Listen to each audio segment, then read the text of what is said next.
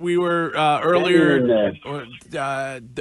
during They Said It. We talked a little bit about Garrett Crochet, who was very kind and generous toward front office and Alex Cora when it came to being yanked last night. I wanted to ask you about that balance because you got a guy who is, as Wiggy said earlier, dealing and has been dealing and wants to stay in there. How do you guys balance that with the fact that it is a long season and you need him hopefully well into the fall?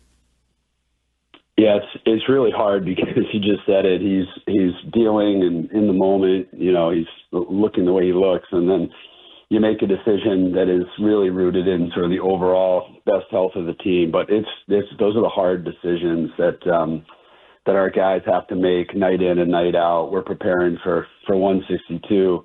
But, in the moment, you certainly don't want to see a guy like that come out of the game when he's doing what he's doing. But obviously everybody knows he has not pitched a full slate of games over 162, and he's so strong and young and building up. We just got to make sure everybody stays healthy. But it's hard. Baseball in the moment is really hard. But you got to think about the next several weeks as well. It's a difficult balance.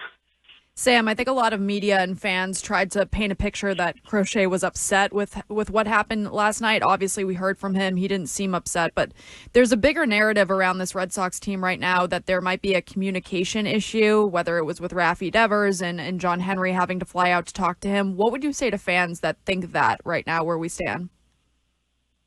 Well, I actually think we have a lot of great, open, honest, candid conversations. I think the narrative is probably more accurate to say there's a lot of frustration right now.